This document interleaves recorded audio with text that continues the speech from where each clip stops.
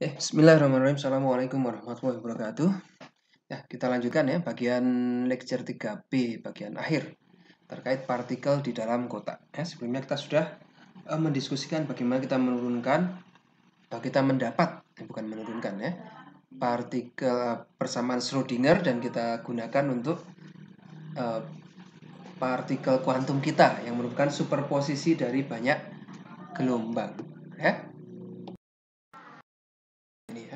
Bagaimana kemarin kita akan merepresentasikan sebuah partikel kuantum yang bergerak ini dengan wave paket atau paket gelombang yang terdiri dari superposisi. Dan superposisi yang paling sederhana itu terdiri dari dua gelombang. Ya.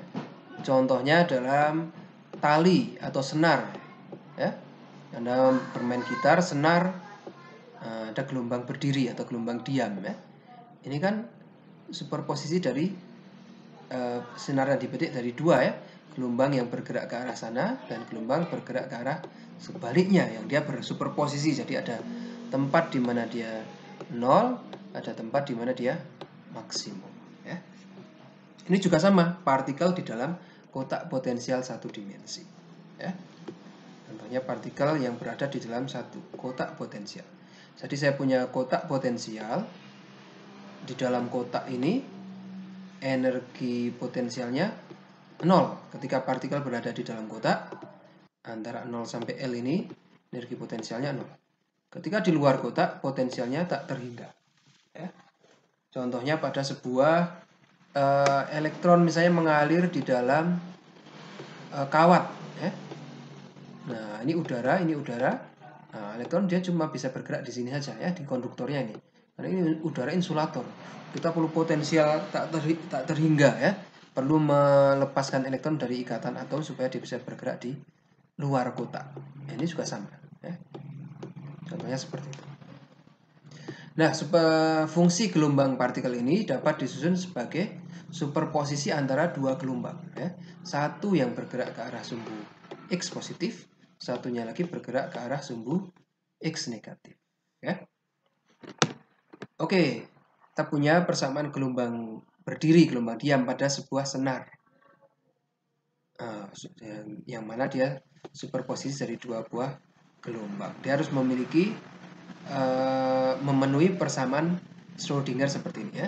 Ini energi kinetik plus, karena di dalam kotak energi potensialnya 0, maka 0 ya, sama dengan total energi ya. Energi kinetiknya sekian. Oke. Nah, bagaimana nih? Maka kita bisa ketemukan fungsi gelombangnya yang memenuhi kondisi Schrödinger tadi apa yang memenuhi ini. Oke. Kita bisa gunakan ada dua buah gelombang. Gelombang satu yang bergerak ke arah sana ya. Nah, ini fungsinya adalah A kali E berpangkat IKX. Minus I omega T-nya bagaimana Pak? Tidak usah kita pikirkan, kita mau time independent saja ya. Tidak begitu perlu tahu kapan waktunya, kita ingin tahu tingkatan energinya saja ya. Dan gelombang kedua bergerak ke arah sebaliknya ya. Maka besarnya A, nah saya tuliskan minus A ya. Ini Anda bisa telusuri sendiri bagaimana bisa ketemu ini ya. Ini saya langsung tuliskan ketemunya saja. Kalau penasaran ingin menurunkan sendiri kenapa seperti itu ya juga bisa. Anda bisa tuliskan gelombangnya AE IKX plus BE minus IKX ya. Nanti ketemu AB itu berapa A ya, dan sebagainya. Nah, untuk for simplicity langsung saya tuliskan saja ya. C, persamaan Schrödinger yang tidak tergantung waktu, time independent Schrödinger equation ya. Maka dia hanya fungsi dari X saja, tidak datif ya.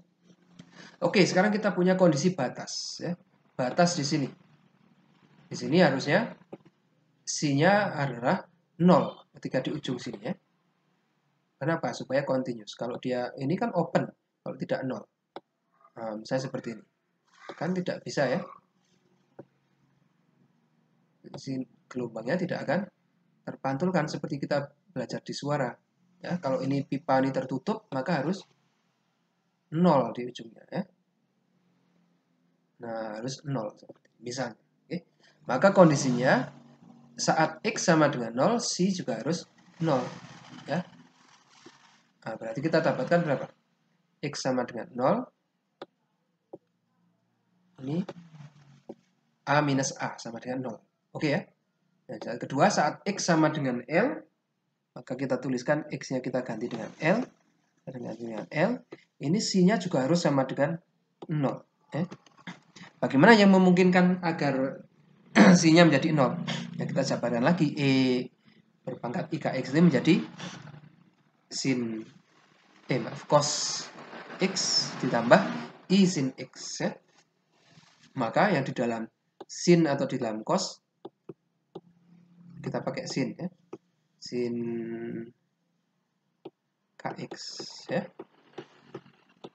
Cos sin KX harus sama dengan KX itu KL ya. K kalikan L. Berarti atau 2pi per lambda sama dengan X. 2pi per lambda L sama dengan 0. Ya. Nah, kira-kira apa? Sesuatu KL ini nilainya harus berapa supaya 0? Ya. Yang 0 berapa sih? Sin 0, sin 180, sin 360 ya. Dan seterusnya. Ini kelipatan berapa? Kelipatan 180 derajat atau kelipatan dari pi ya. Makanya supaya nilainya bisa 0 di ujung L ini, dia besarnya KL ini harus kelipatan dari pi. KL sama dengan N kalikan pi. Ya, itu kita sebut sebagai boundary condition. Kondisi ujung-ujungnya harus dipenuhi. Ya.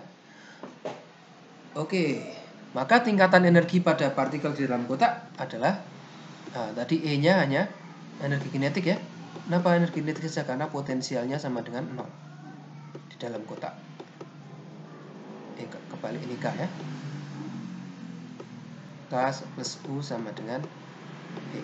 Kalau U-nya sama dengan 0, maka K sama dengan E. Ya. E-nya hanya K setengah MV kuadrat. Atau P kuadrat per 2M. Atau H kuadrat K kuadrat per 2M. Ya. Tadi K-nya harus kelipatan bulat dari Pi. Ya. K-nya sama dengan NP. N kalikan Pi. Maka jadi H kuadrat N kuadrat Pi kuadrat per 2M L kuadrat. Ya. Maaf, ini kurang. KL harus kelipatan NP. Sehingga K sama dengan NP per L. Gitu ya.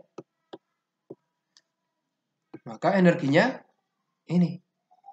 H kuadrat N kuadrat Pi kuadrat per 2M L kuadrat. Ya. Ini H coret nih. H coret itu apa sih?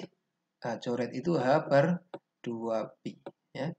Kalau H coret kuadrat, ya H kuadrat per 4Pi kuadrat. Ya.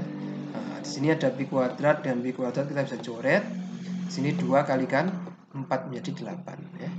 Maka saya bisa tuliskan E sama dengan tingkatan energi partikel di dalam kotak adalah N kuadrat H kuadrat per 8M L kuadrat. Ya. Dengan N adalah terkuantisasi bilangan bulat ya. N adalah 1, 2, 3 dan seterusnya. Ya. Nah, di sini terlihat bahwa tingkatan energi pada kotak potensial ini bersifat diskrit, terkuantisasi ya. Tidak bisa partikel tadi memiliki energi selain dari yang sudah yang sudah spesifik ini ya. Dia hanya bisa memiliki energi E1, 4 kalinya E1, 9 kalinya E1, 16 E1 dan 25 E1 ya. N kuadrat. E sebanding dengan N kuadrat ya. Nah, oke, dari fungsi gelombangnya bagaimana? AE IKX minus AE minus IKX ya. Maka saya bisa jabarkan lagi A E berpangkat IKX itu apa sih? Cos X ya. E berpangkat I theta itu sama dengan cos theta minus cos theta plus I sin theta ya. Oke, sama juga E berpangkat IKX ini sama dengan cos KX ditambah I sin KX ya. Yang belakangnya kita jabarkan juga menjadi cos KX minus I sin KX ya. Ini ada A cos X, ini minus A cos X. Saya bisa coret. Ya, hilang nih. Tinggal AI sin KX minus AI sin KX. Jadi 2 AI sin KX. Ya. Hasilnya tinggal 2I A sin KX. Atau kalau kita ubah K-nya itu menjadi kelipatan dari NP per L, maka persamaannya menjadi maka fungsi gelombangnya menjadi 2IA sin NPX per L. Ya. Ini juga lihat bahwa fungsi gelombang untuk partikel dalam kotak juga bersifat diskrit. Ya. Hanya bisa 1 kali pi, 2 kali pi, 3 kali pi, 4 kali pi, 5 kali pi. Ya. Hanya bisa seperti itu. Nah, probabilitas menemukan partikel di dalam kotak pada posisi dx. Ya. Probabilitasnya apa? Ya, si kuadrat. Si kuadrat kalikan dx. Ya. Tadi si kuadrat adalah 2AI sin sekian. Ya. Maka kuadratkan saja 2 kali kuadrat 4 A kuadrat, A dikuadratkan A kuadrat, I kuadrat minus 1 ya. Sin kuadrat ya sama. Oke. Nah, ini hilang minusnya ya. Tadi harusnya minus ya, karena minus I kuadrat itu minus 1 bukan 1. Oke, maka saya integrasikan dari 0 sampai L. Si kuadrat ini harusnya kemungkinan menemukan partikel di dalam kotak adalah 1 ya. Ini kita sebut sebagai normalisasi. Oke, kita lihat saja apa integral dari sin kuadrat sekian. Susah nih kalau sin kuadrat. Kita buatkan saja bahwa sin kuadrat ini menjadi 1 minus cos ya, 2 sin kuadrat theta sama dengan apa? 1 min cos 2 theta ya. Ingat trigonometrinya ya. Nah, saya tuliskan ini aja. Berarti kalau sin kuadrat theta 1 min cos 2 theta per 2 ya. Maka saya bisa tulis 1 minus cos 2 theta per 2. Jadi 4-nya menjadi 2 ya. Nah, sekarang ini kita bisa selesaikan. Ya. Kita bisa integral dari 2A kuadrat dx adalah 2A kuadrat x. Ya. Integral dari minus cos ini sin. Ya. Jadi ini. Bergerak dari 0 sampai L. Ini nilainya harusnya sama dengan 1. Maka kita selesaikan 2A kuadrat L plus L per 2NP sin 2NPL per L ini menjadi 0 ya. Semua yang di belakang ini kalau diintegralkan sama dengan 0. Hanya sisa 2A minus 2A kuadrat L sama dengan 1. Oke. Sehingga saya bisa tuliskan minus 1 kalikan minus A kuadrat atau I ya. IA ya. A kuadrat minus A kuadrat sama dengan apa? Minus A kuadrat sama dengan L per 2 ya. Kalau saya akar A kuadrat A, akar min 1 I ya.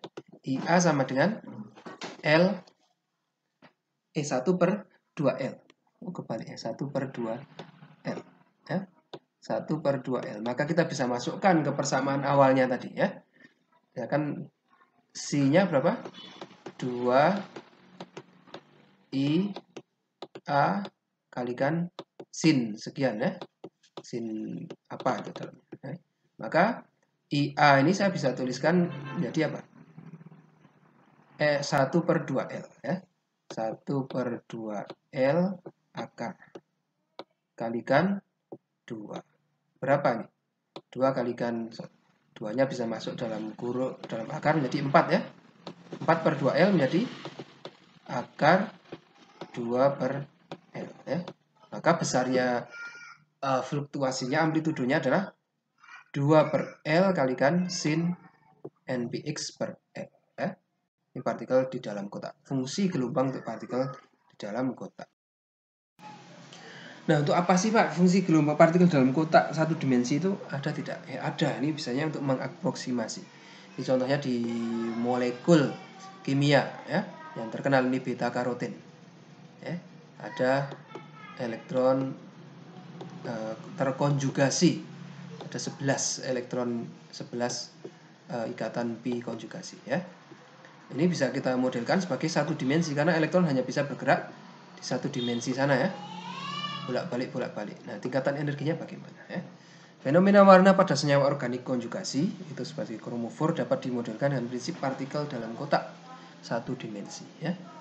Ada molekul beta karotin yang memiliki 11 ikatan konjugasi sepanjang 2,4 nanometer, berarti L-nya 2,4 nanometer ya. Ada jumlah elektronnya sebanyak 22 ya. Nah, pada satu ikatan pi ini ada 2 elektron ya. Kalau 11 kalikan 2 ya 22 ya. Tentukan warna apa yang diemisikan oleh beta karotin ya. Nah, ini ada term and condition di bawahnya, nanti baca sendiri. Nah, beta karotin terdapat 22 pi elektron. Jika masing-masing tingkat energi dapat menampung 2 elektron ya, N1 itu menampung 2, N2 menampung 2, N3 menampung 2 dan sebagainya, maka dari N1 sampai N11 akan terisi elektron penuh ya. Ini kalau kita buat tingkatan energi N1, N2, N3, N4, N5 ini sudah penuh terisi oleh 2 elektron ya. Sampai yang terakhir energi 11 ya. Sedangkan 12 mulai kosong ya. Berarti transisi yang mungkin kan paling dari 11 ke 12, nanti turun lagi 12 ke 11 ya. Nah, itu yang kemungkinan akan memunculkan serapan ya. Maka dari N12 ke N11 berapa besarnya energinya ya? Berapa tadi? E sama dengan N kuadrat H kuadrat per 8 ml kuadrat ya. Nah, kalau delta E N kuadrat minus NF kuadrat minus NI kuadrat kalikan H kuadrat dibagi 8M kali L kuadrat ya. Maka transisi dari 12 ke 11 ya tinggal dimasukkan aja 12 kuadrat kurangi 11 kuadrat kalikan konstanta Planck kuadrat 8 kali massa elektron. Massa elektronnya kok ada bintang, Pak? Oh ya, ini namanya massa efektif ya. Massa efektif karena di dalam tadi kan persamaan partikel dalam kotak kita menganggap energi potensialnya 0 ya. Padahal kan aslinya tidak 0, ada gaya tarik menarik antara inti atom karbon dengan elektron pi tadi ya. Supaya kita masih dapat menggunakan formula itu, kita buat seolah-olah massa dari elektronnya ini menjadi sedikit berkurang. Bukan massa elektron diam, tapi massa elektron efektif ya. Untuk molekul organik biasanya sekitar setengahnya, 0,55. Kita gunakan 0,55 ya. Kali massa elektron kali panjang lintasannya L kuadrat ya. Maka kita dapatkan energinya kira-kira 4,37 kali 10 × 19 Joule ya. Berapa nih panjang gelombang yang dihasilkan dari energi sekian? Nah, kita tulis saja Hc per delta E ya. Konstanta Planck, kecepatan cahaya delta E ya, saya temukan 455 kali 10 pangkat minus 9 meter atau 455 nanometer ya. Maka beta karotin akan menyerap energi gelombang dengan panjang gelombang sekian, menyerap warna biru ya. Kalau warna biru yang diserap, maka yang tampak oleh mata kita berwarna apa? Ya kebalikannya biru, berwarna orange ya. Beta karotin ini banyak ditemukan di yang namanya karotin, scarot ya. Wortel yang menyebabkan warna orange pada wortel, pada ubi ungu, pada labu, pada buah plum, jeruk, mangga dan sebagainya, pepaya. Ini banyak ditemukan di sana ya. Beta karotin ini pro vitamin A ya. Vitamin A yaitu beta karotin dibagi 2 itu menjadi vitamin A ya, alfa tocopherol. Oke, begitu ya. Oke, salah satu contoh lagi adalah quantum dot yang kita gunakan sebagai pembuka topik tadi ya. Quantum dot itu apa sih? Itu klaster-klaster atom yang membentuk kristal tapi ukurannya kecil ya. Mungkin atomnya hanya ada 15 atom, 50 atom, 100 atom. Ya, intinya ukurannya antara 2 sampai 10 nano ya. Maka perilaku elektron di dalam quantum dot ini bisa dimodelkan dengan partikel di dalam kotak ya. Nah, elektron hanya bisa bergerak sepanjang dotnya ini saja ya. Nah, tidak bisa bergerak keluar ke udara sini ya. Kalau ke udara dia harus terlepas dari atom. Artinya energi potensialnya menjadi tak terhingga ya. Tetapi perbedaannya apa? Kalau tadi kita analisis kita dengan satu dimensi dan berbentuk kotak. Nah, ini quantum dot ini kotaknya berbentuk berupa 3 dimensi ya. dan bentuknya bola, bukan bukan kubus, bukan kotak. Sehingga persamaan fungsi gelombangnya dan tingkat energinya sedikit termodifikasi, tapi masih dapat ini ya, ada n kuadrat ya, ada h kuadrat, ada 8r 8m kalikan L kuadrat. L di sini diganti menjadi R radius dari bola ya. Maka untuk semikonduktor CDSE misalnya dengan gap 1,5 elektron volt, massa efektif elektron 0,096 dan massa efektif hole adalah 0,84. Maka quantum dot dengan radius 2 nanometer akan mengemisikan warna hijau ya, dan quantum dot dengan R3 nanometer akan berwarna merah ya.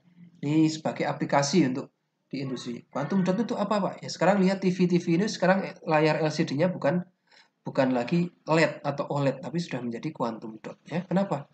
Ya karena dengan material yang sama Anda bisa dapatkan warna merah, hijau, kuning hanya dengan merubah ukuran partikelnya. Ini sangat enak ya, sangat convenient sekali buat kita ya.